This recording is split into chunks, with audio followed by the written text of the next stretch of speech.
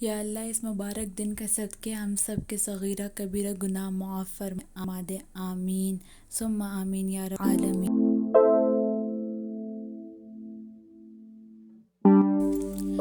السلام علیکم every one, سب کو بہت بہت جمعہ مبارک۔ اور میں آپ لوگ کے ساتھ کچھ سننا شیئر کرنے لگی ہوں جو کہ جمعے کو کرنی چاہیے۔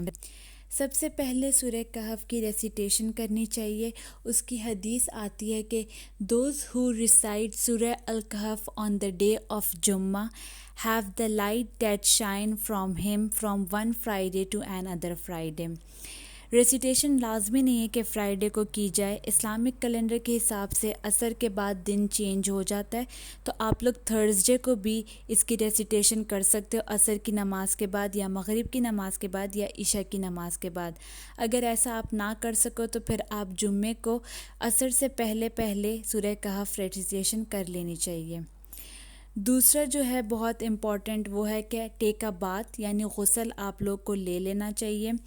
اکثر لوگ پہلے بھی بات لے لیتے ہیں، جیسے تھرسڈے کی نائٹ کو لے لیتے ہیں، لیکن کوشش کریں کہ اگر آپ لوگ فرائیڈے کو ظہر کی نماز سے پہلے لے لو تو وہ زیادہ اچھا کنسیڈر کیا جاتا ہے۔ زیادہ سے زیادہ درود پروفٹ محمد صلی اللہ علیہ وآلہ وسلم پر بھیجیں، اور اس کے بعد ناخن کاٹ لیں، نیلز کو کٹ کر لیں۔ اگر آپ لوگ پہلے سے کاٹ چکے ہیں تو اچھی بات ہے، لیکن اگر میری طرح بڑے ہیں تو نماز سے پہلے آپ لوگ نیلز کو کٹ کر لیں۔